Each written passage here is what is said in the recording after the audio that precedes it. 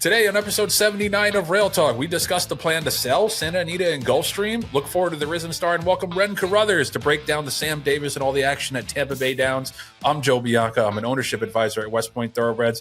My voice may sound a little bit funny. My face may look a little bit funnier than usual. I just had 4 wisdom teeth pulled out of my skull on Friday, and I'm toughing it out, John. This is my Willis Reed game. Jonathan Green, general manager of DJ Stable. Joe, I am so impressed with how well you're holding up and doing well, because you carry the show normally, and now you should really be on the DL as far as I'm concerned. So way to tough it out. I'm proud of you, buddy. And also, this was totally unrehearsed and not pre-calculated, but obviously the start of football season is upon us because our teams are undefeated and tied for first place. That's right. Off-season champions, a million years running, the Jets and the Giants. Let's start the show.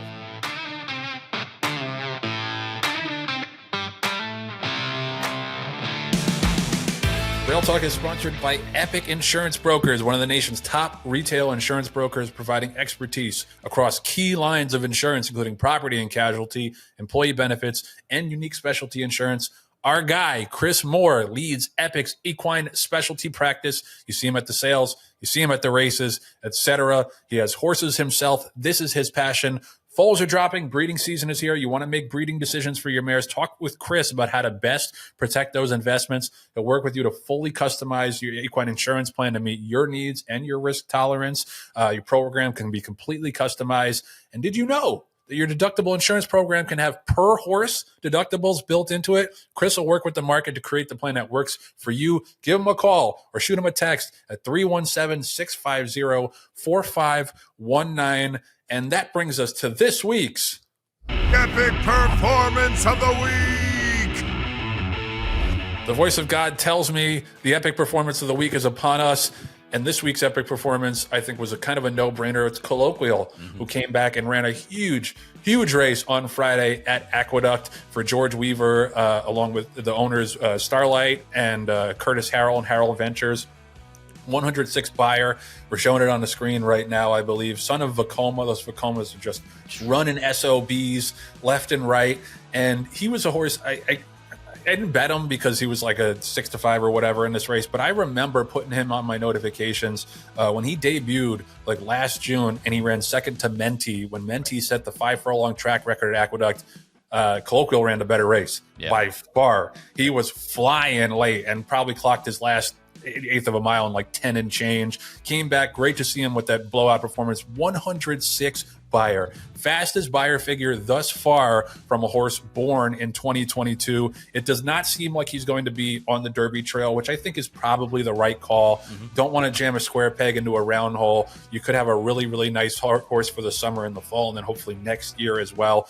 Shout out to George Weaver and shout out to the owners, because, man, in terms of brilliance, he's the best horse that I've seen from that crop so far. Yeah, and the easy thing would be to fall into Derby fever and be like, well, what if maybe he can get, but no, the right thing to do by the horse, and again, credit the team, the owners and the trainer, the right thing to do by the horse is to keep him maybe the 1-turn mile.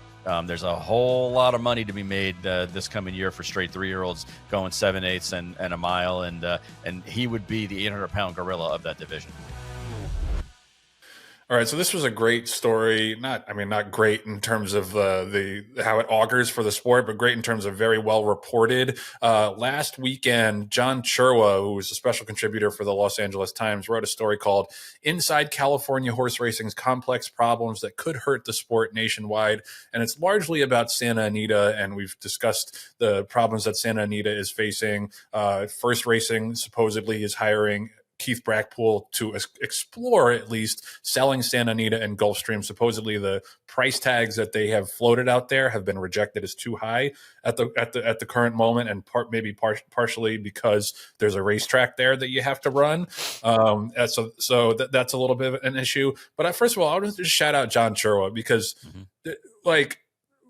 this used to be in every single paper across the country. You had a racing correspondent, and they would break these stories. Like Bill Finley was that guy for a while before he went on to the TDN. Obviously, he does a great job there, but it's different having it as a part of like the newspaper in that town. John Cherwa is still that guy in LA and for the LA Times. So I'm so glad that he's reporting on this stuff and at least bringing it to people's attention, because that's kind of the first thing you have to do to try to affect change. Is obviously got a passion for the game. This is the story about kind of the way that Santa Anita is part of the community and the way it's struggling because it doesn't have the alternative gaming revenue. And then it broadens out to also discuss how, contraction for the sport is great as long as it's not your track that's closing. And I really I recommend reading it. We'll pop it up on the screen. And it's a really good summary and synopsis of kind of the place that racing is in right now, the precarious spot that it's in. I mean, John, I'm curious to hear your thoughts, but the thing that I took away from it, and this is maybe just me and my New York centric kind of ethos and viewpoint that I have, it made me a lot more grateful that they're redoing Belmont Park. When they first said they were knocking down Belmont Park and rebuilding it, I was a little pissed off because I love the old Belmont Park, and I don't think that the new one really resembles the old one. It doesn't seem to carry on a lot of the tradition of the Belmont Park. But then I take a step back and I read stories like this, and like, how lucky are we in New York that the state is investing $450 million into rebuilding and making it a state-of-the-art, modernized facility to hopefully bring new people to the track. Like, it just could be so much worse, that it just made me so much more excited about the new Belmont and the fact that there are still places in America where the state is investing in racing. We're seeing that in Maryland as well. We've seen it obviously in Kentucky, in Arkansas. So there are places where racing does seem to at least be part of the future plans. But man, California is in a really, really tough spot, and I hate it. I hate it because of how Santa Anita is steeped in tradition. It's one of the most, I would say one of the most significant sporting venues in all of America. It's got a great community around it, a great community of horsemen. It's been so important to the fabric of California. I just hate that it's in this position and that they just don't know what tomorrow looks like. Yeah, and I think it's unfortunately it's nothing new, Joe. I think what is new is the fact that that Brackpool announced, we're open for business. Like, if you want to, in the sense of we're accepting offers, we're accepting bids, we're going to exhaust every opportunity to see if we can sell this asset, and that's really what they're looking at, is that it's an asset. I think it was telling, Joe, that in the LA Times article that John reached out to like 4 or 5 different representatives within the Stronach Group and within First, and could not get anybody willing to be quoted in the article. They did release a statement. Brackpool released a statement saying racing in California is facing challenging economic circumstances. This is not an easy problem to solve. We are continuously thinking about the solutions and in discussion with various stakeholders about the best way forward. So, look, I give them credit for coming out and saying, you know what, we're entertaining all and every offer that's out there, and we'll see if we can find a match to sell. He's not saying that we're selling it to a group that's automatically going to redevelop it into something else. But it again shows the general public, just like with Gulfstream, shows the general public that like they're not interested in being in the racing business first. They're interested in helping their own bottom line. And look, they were entrepreneurs. They bought the property. They felt like it was at a discount. They've developed it. They've continued to move to move forward in racing, and now it's worth that much more years later, either through their own efforts or just through time. But they're no friends of racing. They've shown time and time again that their interests are lie in lining their own pockets first, and then everything else kind of second. And we've had long conversations with Michelle Yu, who's boots on the ground out there, who she and her husband train horses there, own horses there, and campaign horses all up and down the California circuit, and it's not a good situation. And I think that if you had to say, is California racing going to be of our fabric, 2, 3, 4 years from now? I don't think so, Joe. And that's a shame on a lot of levels, and it hurts the industry overall. It impacts the industry, on so many levels, whether it's racing, graded stake horses, potential horses, to become as stallions, all those things. But this isn't anything new. I mean, they've had a hard time. California's had a hard time recruiting horses to come out there and recruiting people to send their horses out there, literally for at least a decade, if not more so. Yeah.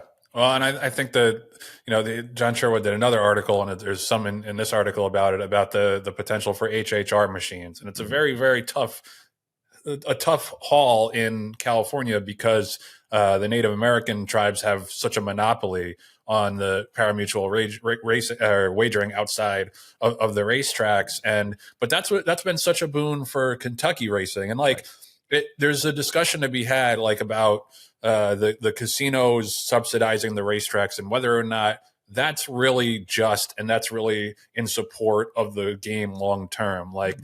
Where we just become and as they put it in the article, a sideshow, right? Where they have to have a certain amount of races in order to have the gaming license. And like we're seeing in Florida, the minute they're able to split those two, they have no use for us. Mm-hmm. I think with HHR, at least it's tangentially, nominally connected to racing. So you at least have some possibility of crossover betting. I just don't know, the slot players aren't going to go over to the racetrack and learn how to read a racing form. Though no. HHR machines, at least you have a race, you have the general concept of a race that maybe live racing could be in that ballpark for some people, but and at least it's actually connected to the sport where you can make a stronger argument that, hey, we got the races here. We got this racing, aligned game right here. This is a natural marriage, and it helps support both enterprises. And that. And there's another thing in the story about Kentucky and how well Kentucky is doing because of HHR, and whether or not Kentucky should be helping to subsidize some other states that are struggling. And there's two sides to it, because the people in Kentucky, they worked really hard to get that through the legislature. They organized and they got that passed, and they're seeing the benefits of it.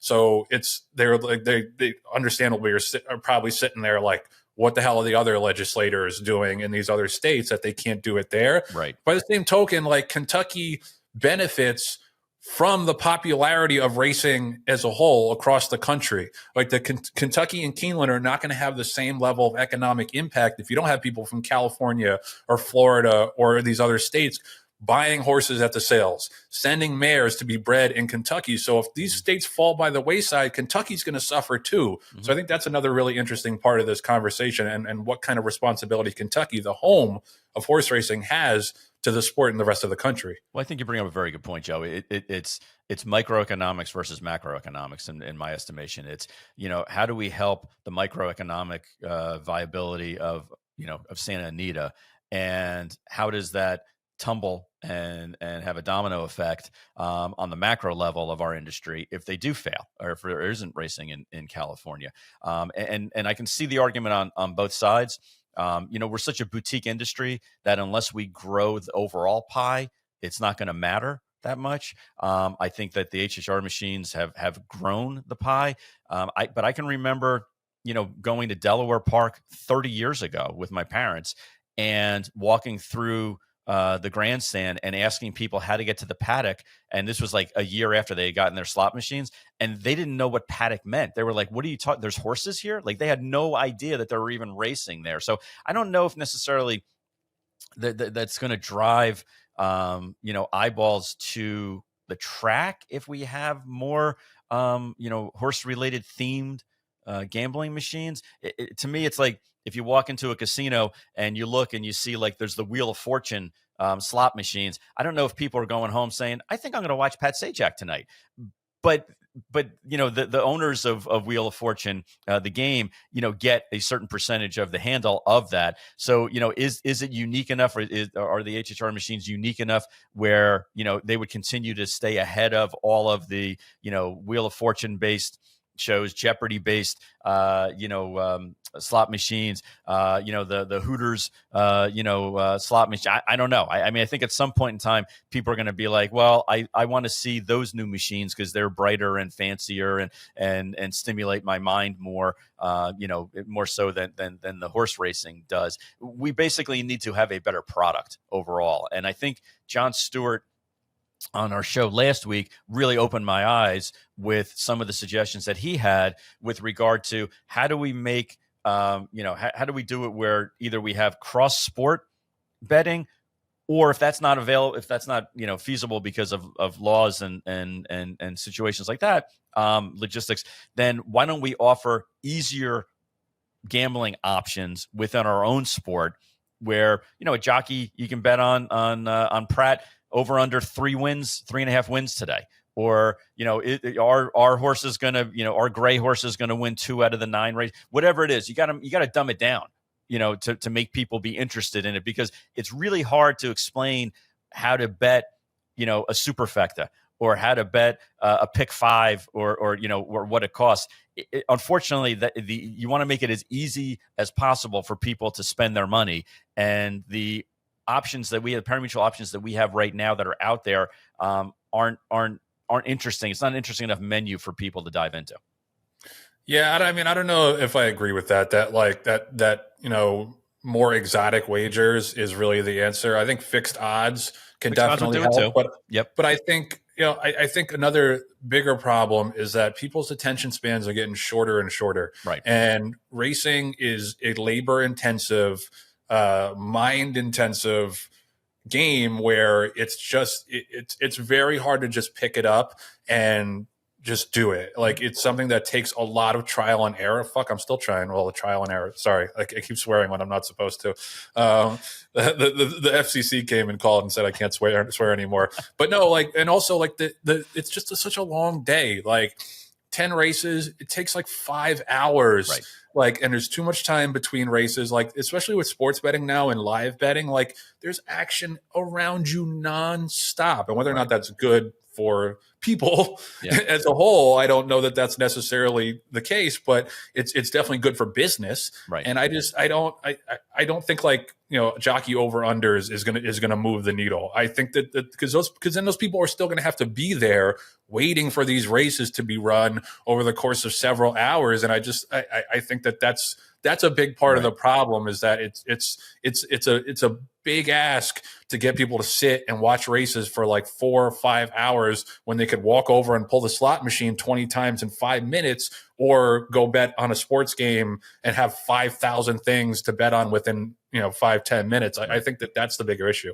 But wouldn't it also be, I mean, if you're betting a multiple game parlay in football, and you pick games on Sunday at 1, Sunday at 4, and the Monday night game, you're in essence waiting and watching 12 hours of football before you know if you've made it or not. You don't have to physically be there and physically be monitoring it all the time, but if you can do it at the luxury of your home, in the palm of your hand, and you can bet on multiple races, and then go do what you're going to do for the day, or go bet on football or basketball, whatever you want to do. I mean, there's a time constraint on everybody, but I think that the day and age of people going to the racetrack and spending 5 hours of their day to bet on 9 races, I think that's behind us. Just like, golf is suffering right now in popularity because people don't want to spend 5 or 6 hours of their day playing golf and waiting for the knuckleheads that are the foursome in front of you to hole out before you can tee off. And it's just not a fun day anymore in comparison to all the other options that are out there. So I think we have to get with the times and provide a menu of options for our customers. That's one thing that Duncan Taylor from TaylorMade has said to me.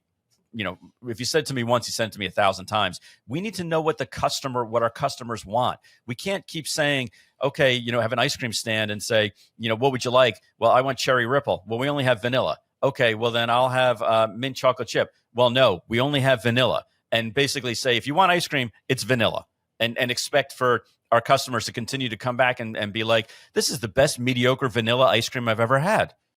I will say the vanilla ice cream you sent me was not mediocre. Well, that's different. That was top of the line, and that was only because you had your wisdom teeth pulled. That was delicious. That's why it was such a treat. Yeah, I gotta shout out my co-pilot Jon Green, who sent me ice cream after my wisdom tooth removal. That was very, very, very sweet of you. Yeah, John puts on this gruff exterior. He's always so sarcastic and like he's a softie at heart, and I appreciate you, brother. That was from the whole team, by the way. That was it said your name on Patty it. and Julia and everything like that. Well, I think they were sitting back just in case it wasn't good. They were like, we'll let Green go to the front of the line in case it's not any good. I think Patty wanted to send you like jimmies and sprinkles and stuff like that, and Julia was just going to send you booze because that's her answer to everything. All good answers. All good answers. Rail Talk is sponsored by the Green Group, the #1 accounting firm in the horse business. There's one reason they're #1. No other CPA firm knows the horse industry like they do. You know all about the success on the racetrack and the breeding shed, at the sales. You see it every week because John brags about it every week. But you also see it with your own eyes when they're in the winner's circle and taking home those big trophies. They truly have a great program for a relatively small team. And you know, it takes experts, and John is an expert, Len's an expert, and Len has a team of experts at the Green Group that can help you through this tax season and make you money, save you taxes. And there's a special offer for listeners of Rail Talk. There's a complimentary, confidential half-hour consultation in it for you, guaranteeing you will find value if you call Len up at what's that number, Michael? 732-634-5100. Green Group. 732. That's right. I had to do a spin for that one. Shout out to Michael Agresta Music. Yeah, I mean, call him up at 732-634-5100 or go to greenco.com. But you don't have to take it from me. Take it from this satisfied customer. She is an excellent Florida horseman, obviously trainer of a champion and advocating for the Florida horsemen down in Tallahassee. Green Group client, Jenna Antonucci. We swapped over recently, and it's been great, work with him and the team and to really just deep dive things and assess to make sure we're making the right moves. And it's great to be able to pick up the phone and call and say, hey, this is what I'm thinking. How would you like me to handle these things? So important to be comfortable. We're talking about managing things that are life and real things. And sometimes we can get a little lost in the make-believe of horse land. So trying to make good long-term decisions and knowing that and having that confidence in the team you're dealing with is important. Thank you, Jenna. Keep up the great work, and keep up the great work to everybody at the Green Group. Right around the corner from tax day, just a little over 2 months away. If you haven't, call them up right now at 732-634-5100 or go to greenco.com. Many, many Rail Talk listeners have taken advantage of Len's expertise and the special offer for our viewership. Don't get left behind. So we are thrilled to welcome back friend of the show, best friend of the show, original friend of the show, right? The excellent petty geek, writer, thoroughbred breeder owner, analyst at Tampa Bay Downs, host of the Breeders' Cup Future Stars Friday Forecast, Ren Carothers. Welcome back. Thank you. Well, first of all, I didn't know I had all those credentials. Heck yeah. I'm awesome. I'm just reading what your PR team sent us. I know, right? I didn't know I had a hype team. Wow. Yeah. That's pretty awesome. Well, thank you, guys. That's when you know you've made it. Aside from being on the show in a three-peat, this is the third time you've been on the show. We've only been around for a year and a half. So this is the best Oreo ever right here. That's I don't know what pictures you have of us, but obviously it's reason enough to have you on the show for a third time. I only bring out the blackmail when truly necessary. So that way we had a horse named Petty Geek, which you got the pick, and then she's a mommy for another program. But we do have a horse named Blackmail, actually, that we'll give you credit for also, Ren. Just so I love it. People can perpetuate the image of you being a badass. Right on. Whenever I can get credit and look pretty formidable, I'm happy. Well, you're always formidable on this show. Thank you. And it's a great time to have you on because we just had the Sam Davis over the weekend, the local prep for the Tampa Bay Derby. It's a pretty good stretch battle between John Hancock and Owen Almighty. Just give us your reaction, your impression of that race, and just kind of the strength of the 3-year-olds overall. I mean, I was super impressed. John Hancock, for him to duel with Owen like that throughout the race in just his second career start and stretching out. I mean, how can you not be impressed by that alone? And then it ended up being a stakes record. So on top of it, you're like, dang, that's your second career start, man. What a way to make it a signature performance. Dun-dun-dun-dun. Sorry, I had to do it. What you did there. I had to go there. So in any case, the other thing I will say, though, I was kicking myself as the track handicapper because here's the thing. I was all on Camp Hale, the in Wilkes horse, and for good reason. The horse did run really well. He just wasn't to the level of these horses on the day. But John Hancock, I had seen him schooling the day before, and Brad Cox's foreman, Angel Martinez, was there with him, and the horse looked extraordinary. Now, he's not a very big horse. I don't know if you could pick up on that watching the race. Yep. He's probably about 15 and a half hands. And so when you're already now just making your second career start, you're a smaller fellow. But as Angel said, he gets over the ground really well, and we saw that play out. I was just thinking to myself, well, gosh, he's going to be a short price because, just the connections, Brad Cox, Flavien Prat. I'm going to try to beat him. And I didn't even put him in my top 3 because I wanted to root for Gerald Bennett with Naughty Rascal. And come on, right? He's our, leading trainer 9 times. And he's been really wanting a horse that he can actually put to the Tampa Bay Derby because that's something he's always wanted to win. And then I thought Poster for sure could get up for 3rd. So I didn't even have John Hancock in my top 3, but I respected him. And I also respected him. And I should have put more weight to this. Angel Martinez told me that John Hancock had been working a head-and-head with Hit Show, the older horse, the older stakes winner in the barns. And so I should have put more, again, credence on that. And because it bore out, I mean, this horse, for him to dig in as he did for that win was super impressive. And going back to just the size, I mean, good things come in small packages. John and I know that very well. I don't know what you're talking about, Ren. So.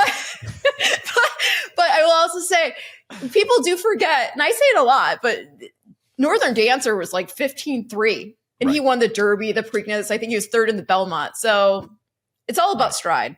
Right. And heart. That's amazing. It took 3 minutes for Ren to go back 60 years in the pedigree. I thought exactly. Usually it takes a little bit longer, but that's why we love you. Who had the under? Who had the under 3 minutes on Ren going back? Ren, is there anything? When Adam and Eve owned their first horse, is there anything that genetically that has now carried forward? No, a lot of people. I give you credit for talking about the winner. Actually, John Hancock and Owen Almighty. Battling nip and tuck for the entire race. A lot of buzz on Poster, the 3rd place horse. Yes, who didn't break well, came running at the end. Previously undefeated, had run an 83 buyer in the Remsen as a 2-year-old going 9 furlongs. And now here shortening up to a 1.16 and made a huge run down the stretch. What do you think about the future of Poster versus John Hancock versus Owen Almighty as they start getting to the climb of 9 and 10 furlongs? Well, a Poster obviously has more of that deep 2-turn run all day type pedigree. I know he's by Munnings, but then his mother is not more than half, but not quite 3/4 sister to Bernardini. Because Bernardini, of course, being a son of AP Indy, Poster's mom, Pinup, being a daughter of Tappet by Pulpit by AP Indy. And so then his grandmother's Cara Raffaella. I mean, it's just a beautiful pedigree. It truly is. And one of the things that I was so impressed by in the Remsen was just how professional he was. He really just waited, bided his time. And when the jock said, okay, now you can go, he went like an older horse would. And so I was, again, not surprised that he would get up for 3rd. So when we're talking about stretching out to the 1.25 miles, obviously, at the end of the day, these are race horses. Racing is about speed. But when you've got 20 horses in one race, and now you're going to be asked to go this 1.25 mile distance. And it looks to me like we're going to have a pretty peppy pace in the Derby based upon a lot of the horses we're seeing really show their quality as we're getting into these Derby preps. I'm going to be looking more for either a horse that's going to be sitting just off, just behind, or a deep closer. So do any of these 3 horses fit your criteria as far as a horse that you would think would run well in the Tampa Bay Derby and then ultimately the Kentucky Derby? Or are you waiting to see? I'm waiting to see. I want to see if he comes back for the Tampa Bay Derby, see what goes on there. I like I said, I do love the heart they had, and I don't know. He seemed like a cool customer too, hanging out in the stall. I got to pet him. He was nice and all that. But I can't bet on sentimentality. I can't be like, oh, I petted him and now I have to play him. He's 3-1. That's an angle I should try with the way my bets go. I bet on the cute ones. And I should go back when I say a deep closer. The Derby's such a mess sometimes with like the trips and whatnot. Obviously, it's better if your horse isn't in the melee of all of that they are more forwardly placed, because they're going to have to navigate traffic. I just feel like a lot of the times also when we do get to the Derby, the horses who tend to like to have that type of running style, not always, but a lot of time, are the type that do have a lot of heart. So... And will persevere through traffic. And I look for those types. It's not just like when I say a horse that will close, I don't just mean any horse that can just pick up pieces. I mean a horse that's also shown heart. Like, look what Sandman did in the Southwest. I was going to say, I know a certain gray horse that's shown that. Exactly. Like, you need a horse like that because that's something you cannot train into them. They either have the heart and guts to come back after a terrible start like that, or they don't. Right. Yeah. Just a quick follow up on the Sam Davis, because I didn't watch the entire card. I thought it was a little bit of an indictment of the closers that you had two horses that had never been 2 turns. They went 22-3, 46-1, 110-2, and none of the closers really made a dent. Like Poster ran okay. He was wide on the turn. Maybe you can give him a little bit of a mulligan for that. But I don't know, Ren, was the track playing favorable to speed? Like, how do you analyze the dynamics of the race? Because it seemed to me, with the way those two were dueling, someone should have come and picked up the pieces. Well, I mean, I think the track was pretty fair. I will say, I mean, Lacara, obviously in the Suncoast, she went gate to wire, but nobody was going for the lead. Her Laugh had missed the break, had a really bad start, which give her kudos, man, because she was able to overcome that and get up for second. Of course, she was well back because Lacara won by like 6 1/4 lengths, and she did it in a really quick time because we had a 4-year-old male go ahead and actually set the track record for the mile 40 distance just the week prior. And so she was just like a tick off that, I believe. And so that was pretty nice. And I know a lot of people were doubting her based upon the Pocahontas, even though she won it. They're like, well, who did she beat? She can't help who she beats, who's in the race. And in the Breeders' Cup, I think a lot of people kind of missed that when the horses came out of the gate, she rolled over her toes. Yeah. And that can, jar a horse up. So for her to come out like that, she looked phenomenal out there. And Dylan Davis, we had such a fun interview with him after the race because we had kind of hurry because the horses were about to go out onto the track and they have to come back onto the PA for the post parade. And so we're trying to wrap it up. And I don't know, I'm goofy, as you may have discovered. So I ended up like, yeah, that was awesome. Go get it. And we did like this fist pump.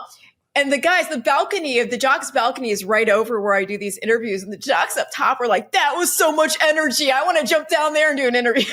But, that was a really cool win. But again, for her Laugh to overcome that, I thought that really speaks quite highly of her ability and her heart. Going back to some of these other races when you're talking about speed, we had horses come off. For example, Nick Style. What does that say about her? She caught Dazzling Blue. I was trying to beat Nick Style in the Minaret with Dazzling Blue because I'm of the opinion that horses that do well over Big Sandy do well at Tampa. Mm-hmm. And Dazzling Blue had put up a career best figure running at Belmont. And so I was like, maybe we can beat Nick Style here on top. Maybe. No, she gets me by the nose on the wire there. But that horse has done very little wrong. She's only lost one race, and that was to Ways and Means. And the track had moisture, and I don't remember if it was sloppy or muddy, but still. Right. Sorry, I'm going on. There's so much that happened this weekend there. So and Nutella Fella went in the Pelican. That was awesome for Contessa. He said he was getting worried. He had to dig in and get up through the rail to get that victory. And they're hoping that they can go Golden Shaheen at Maidan next, which would be amazing. Wow. Yeah, no, absolutely. No, it was a great card. I think, and it looked like on, from up here on TV, it looked like, you talk about energy. It looked like there was a lot of energy. A lot of people were excited about being there. Yeah. It was a great card, top to bottom. What is the feeling at Tampa in general with everything kind of swirling around about decoupling and is it going to affect Tampa and what's the feel that you're picking up on? The feel is that there's almost a little bit of a, how do I put it?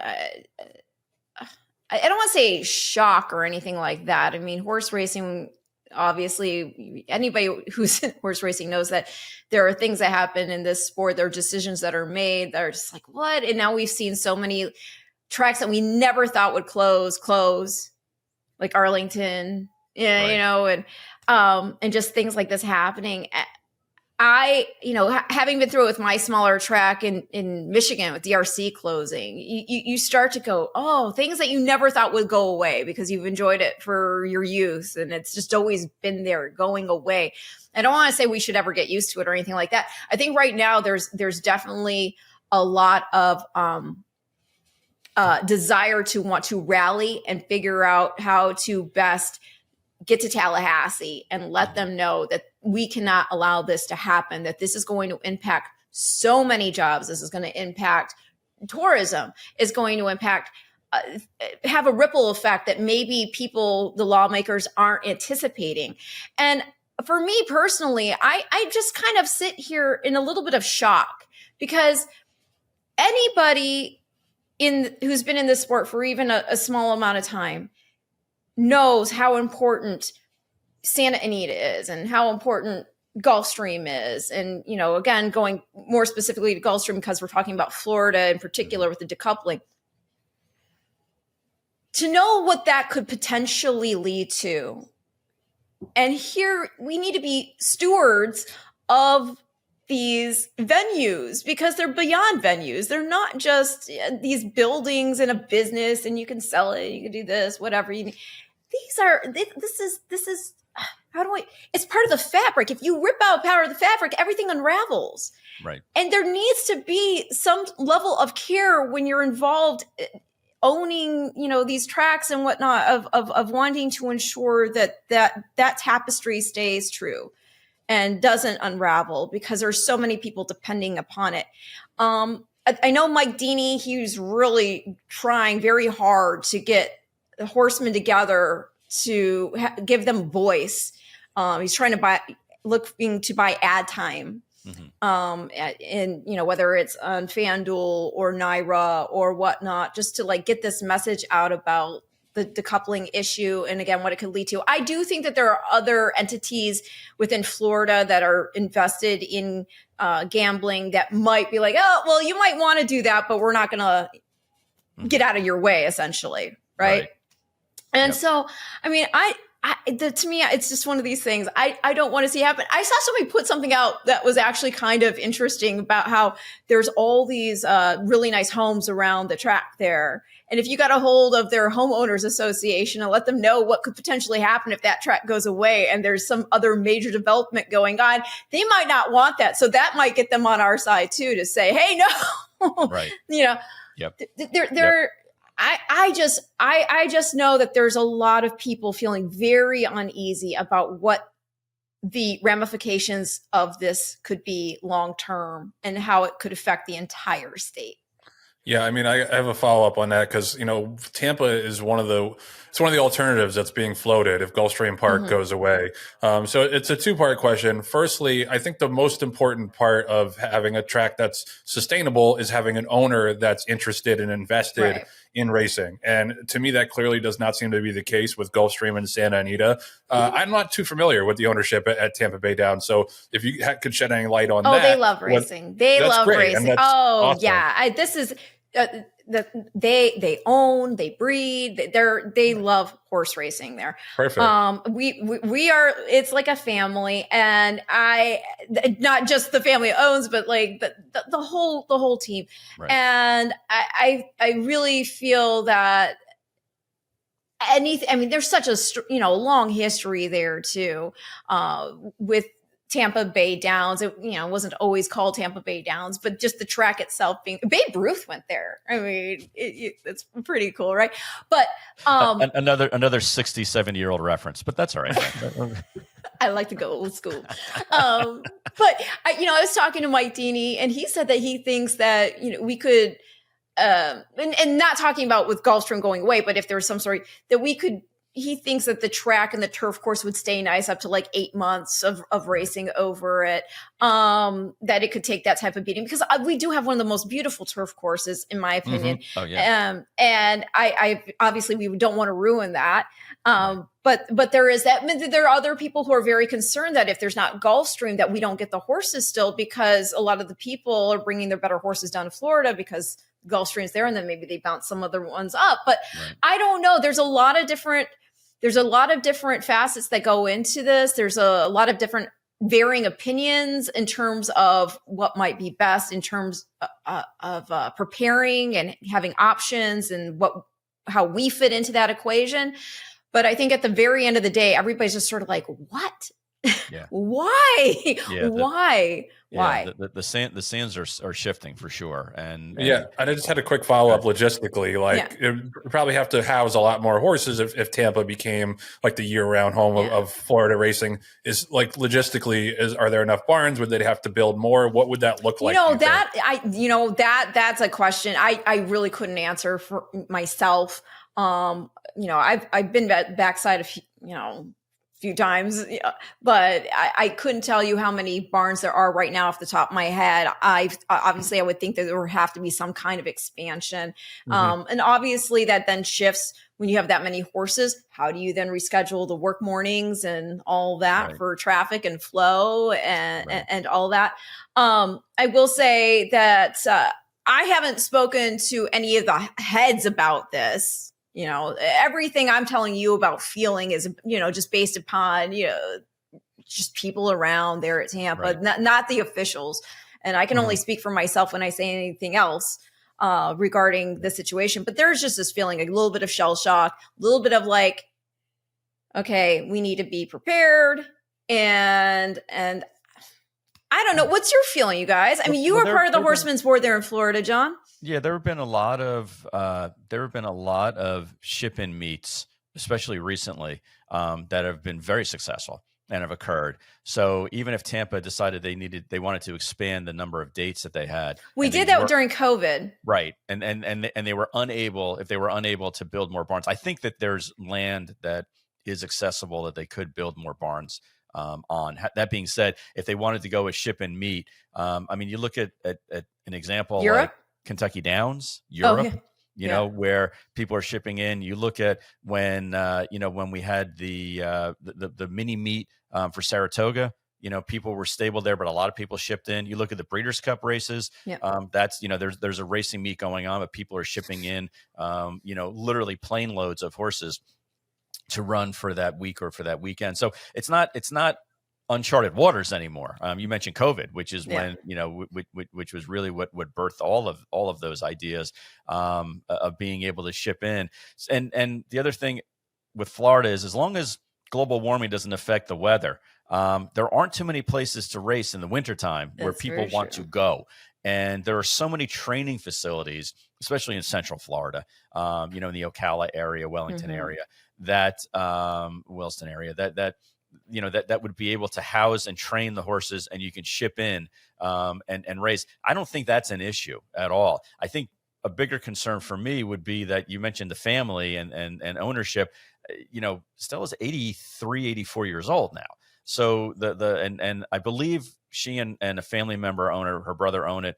And I don't know what their long-term goal is with Tampa Bay, other than let's just keep it open and keep it going because we enjoy it and because we're horsemen and women and we love the feeling that we have here. I don't know if they even have the appetite to expand if they were given the opportunity to expand.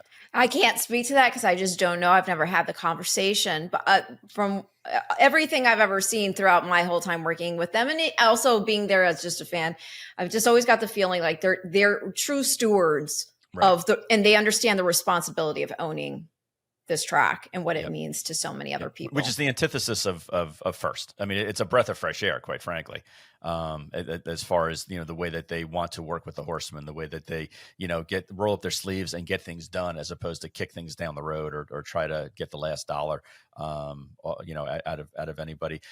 Ren, just to pivot, so Nitrogen of ours is going to run in the Florida Oaks. I know. I'm so excited. You're coming out. You have to come out. I need the interviews. I actually am not. I'm actually not, which is why I'm telling you. And Brodeur, our homebred, our Nyquist homebred, is going to run in the Tampa Bay Derby.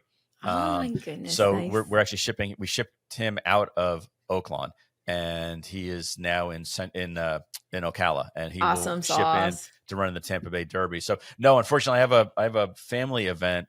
But I believe that my dad and Yagoda and that whole crew are going to go down to watch those horses run. So you better I get Len. So it's give Len a fist pump, an energy fist pump, if you will, and hopefully, but don't make him show off his T-shirt if he wins one of the races. He's not wearing. We haven't made Brodeur or Nitrogen shirts, but Joe, we may have a Sandman shirt. We'll see. Anyway, but that's got to be the next big day for Tampa, right? And you guys have 5 or 6 stake races, greatest stake races. We have a good old time at festival. I mean, that's the thing. I think it's so funny. They call this past weekend Festival Preview Day, right? And then you have the real festival day, at Tampa Bay Downs, and look at how well just. When we talk about this particular day of racing, domestic product, I know he didn't show up in the Derby, but he was our winner last year. Look how good he ended up being, right? Yep. And it's just and Nest won the Suncoast a couple of years ago. Yes. I mean, it's so much awesome. But yeah, we've got the Lamb South Tampa Bay Derby. We've got the Hillsborough Stakes. That's a race that's happened. I mean, we've had big horses come through. Yeah. We got the Florida Oaks, which for Nitrogen, as you said. We've got the Michelob Ultra Challenger Stakes, the Columbia Stakes, and you know what? We actually have we have a promotion. The day also includes a mystery mutual voucher with a $5 guaranteed minimum, and you could win up to $1,000. That's nice. Hey. Wow! I like wow! I love when we break news here. I know that's pretty awesome. I think I'm not eligible for it, but that's all right. Oh, but you are going to be down there for that. I will. Yes, be there all weekend, and actually, co-host will be Matt Carothers. We know him. I know Matt. I know it's going to be Carothers versus Carothers. There you go. We haven't come up with what should be at stake for that, though. I feel like something should be at stake for it. And it sounds like naming rights. You need naming rights for something. For what? I don't know. The child's already named. Yeah. So. Can we? Casa de Carothers would be a different name. It would be like the Wren House or something like that. The hen house, the Wren House, already. the blue hen house. Exactly. The blue Wren house. The blue Wren house. The blue Wren. They were talking about horses. Who would you do, guys? I saw Cherie put up a post yesterday saying because she was watching the Westminster Kennel Club show. Sorry, I'm going off topic. Yeah. She said, who of all the thoroughbreds would you put up, and historically too, and say, this is an example of what a thoroughbred should look like? Wow. Wow. That's a great question. Sunday Silence. Sunday Silence, definitely. I would in Ren Carothers fashion, I would go back to War Admiral. Wow, look at you. All right, going old school. The Godolphin Arabian or whatever. The Godolphin Arabian, right? Who was one by one to I don't know. No, well, I saw Every David horse. Carroll, and I agree. David Carroll said personal ensign, and I agree. Yeah. I agree a lot. And part of the reason I agree is personal ensign. She's my favorite female racehorse, by the way. Same season. Yep. Same season. So personal ensign is by private account, and private account is out of numbered account, and numbered account is perfect. Numbered account is pretty much perfect. Yeah. If you've ever looked at her. So if personal ensign looks pretty perfect, it's probably because numbered account was perfect. Yep. Well, if it was talented hosts in racing and we had to pick one, I would pick you, Ren Carothers. Oh my gosh, are you serious? That's awesome. Now, as Joe falls off the table, falls off his chair. Hey. He I'm loves sitting right you here, too, John. Joe. He loves You you don't count. too. You're He loves you too. disqualified. You're disqualified. I'm sitting right here. And you know, Well, number to again- count is 1X, John. I know, Ren. I know. I had to do it. Stop promoting 1X. Everyone else picks up on it, and it's too damn expensive. Oh my gosh. I don't know. Were we talking about Derby horses too? Or No, we're done with you. We're done with me. Okay. We've been. It's 30 minutes. All right. You're done with me. East Avenue and the Risen Ren. Star. What's up? All right. Anyway. Ren, thanks for coming on. Thanks you. for entertaining our nonsense as always. Keep up the great work. Love you guys. Love you, Ren. Thank you. All right. Love to the family.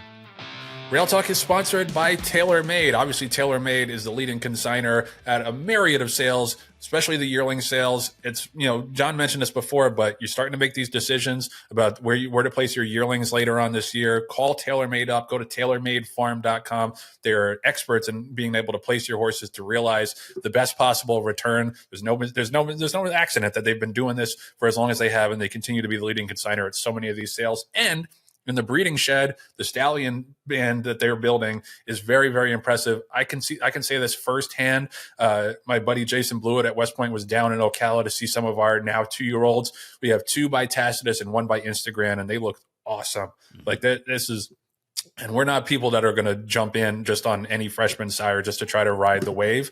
These horses were standouts, and I know we weren't the only ones to see the Tacitus and the Instagrams and the Nix Goes and all these horses that have come to market and really, really impressed with their early foals.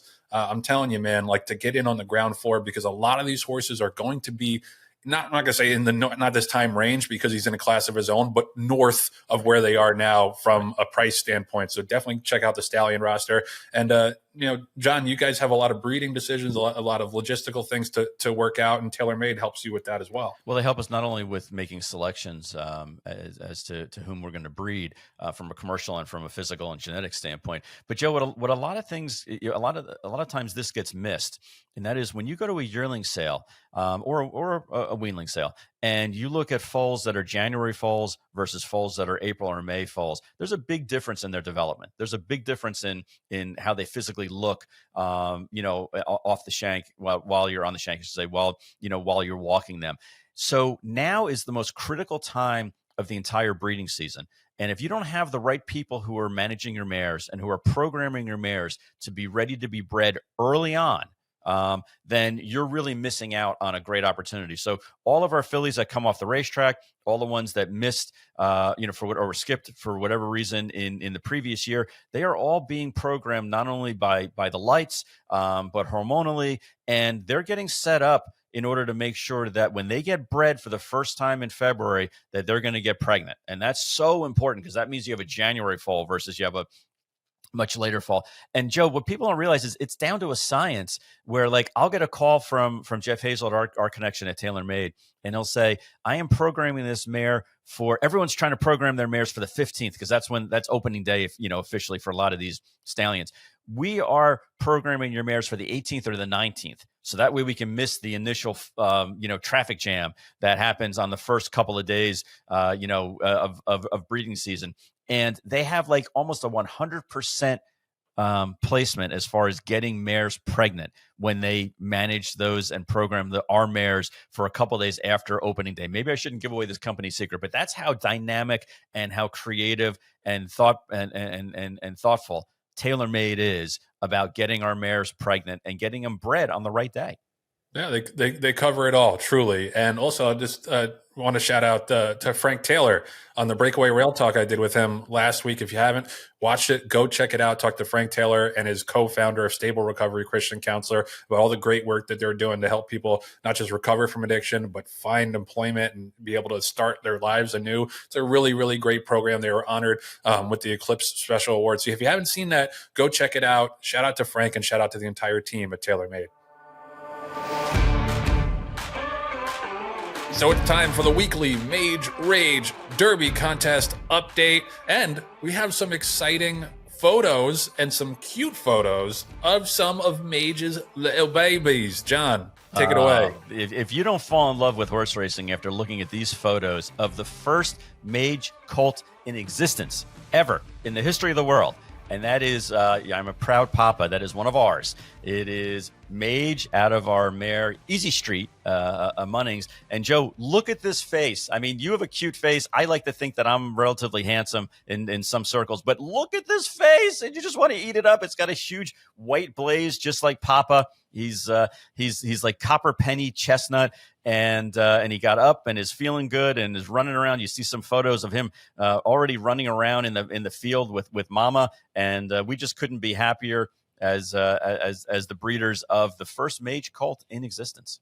What an honor. What an honor that is. And yeah, I mean, first of all, to have a horse by a Derby winner, that's a privilege. That's a privilege. There's only so many of those, only 150 of those out there. Mage obviously won the 149th Kentucky Derby. He's by an up-and-coming star sire in Good Magic from a great female line. Our friends at Airdrie Stud have done a great job marketing him, and I expect that the response from the breeding community has been amazing, and it's great to see you, John, and Len and DJ getting in on the ground floor. So shout out to everybody, Airdrie, and shout out to Mage, and shout out to that little tyke. Can't wait to see him on the races in a couple of years. Let's look at the standings. So we had some action over the weekend with the Sam Davis. We had the second and third place runners in the Sam Davis covered by our contestants.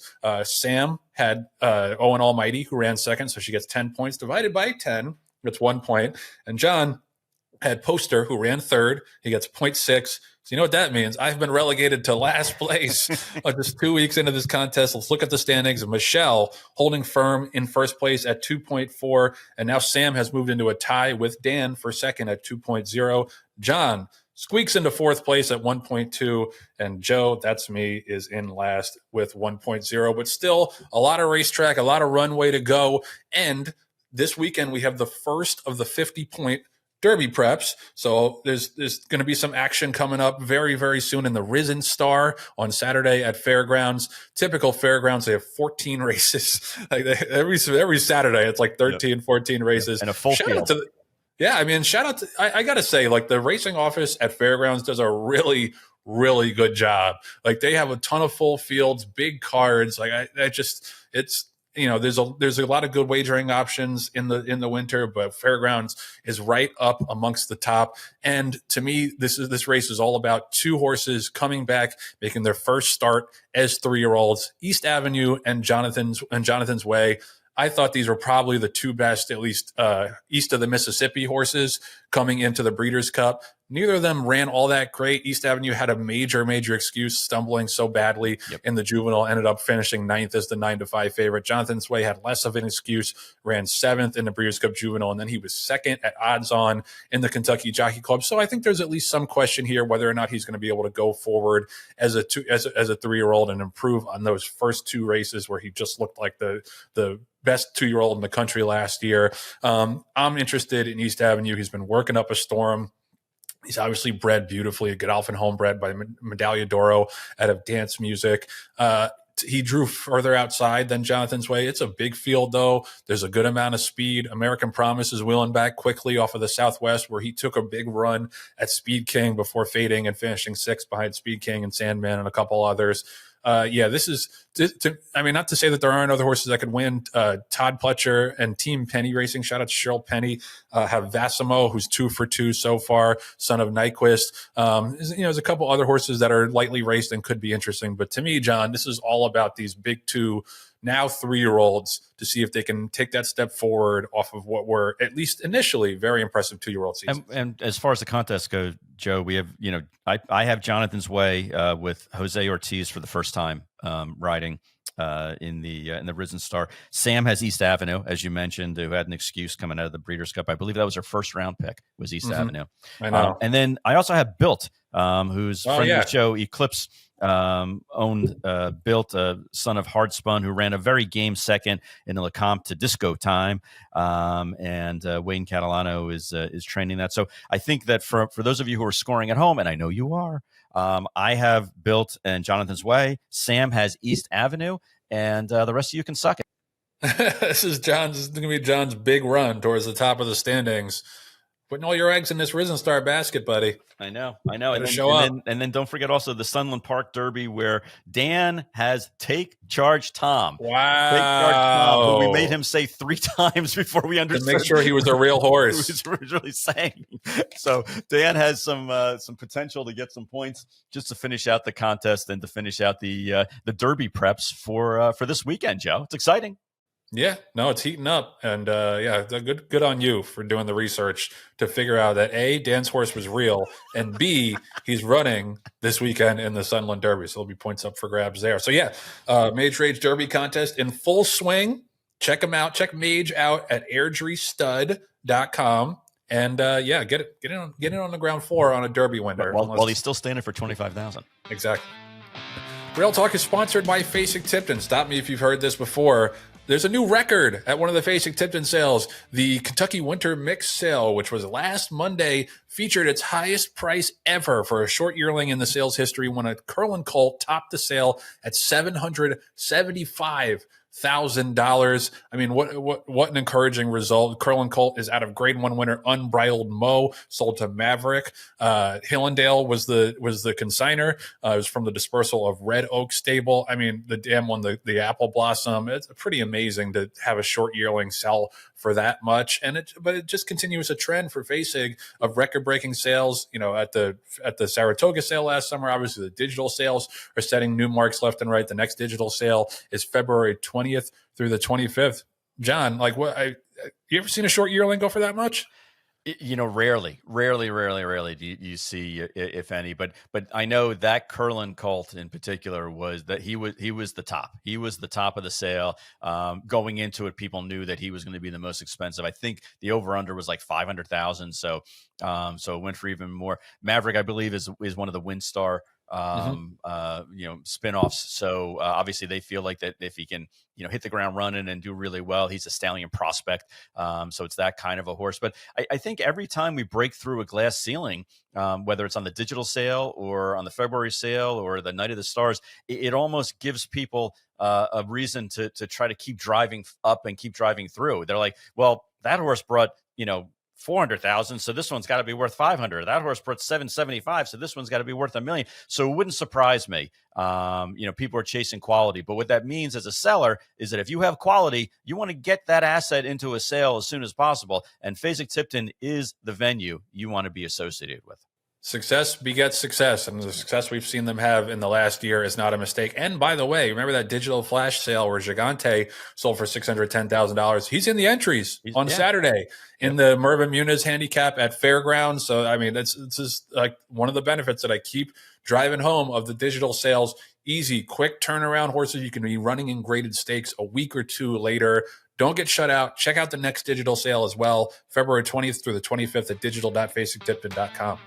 All right, so that's going to do it for episode 79 of Rail Talk. Thank you to Ren Carothers for stopping by and chatting about the Tampa racing product and potentially the future racing home of Florida. We'll see. Thank you to my co-pilot, Jon Green. Thank you to you and the team, I guess, for the ice cream. Very much appreciated. Hopefully 100% back to normal and can smile and laugh and be my joyful self again fully next week. Thank you to our producer, Patty Wolf, our associate producers, Julia Agresta and Nathan Wilkinson. Shout out to you guys for tuning in. We'll see you next week back here on Rail Talk.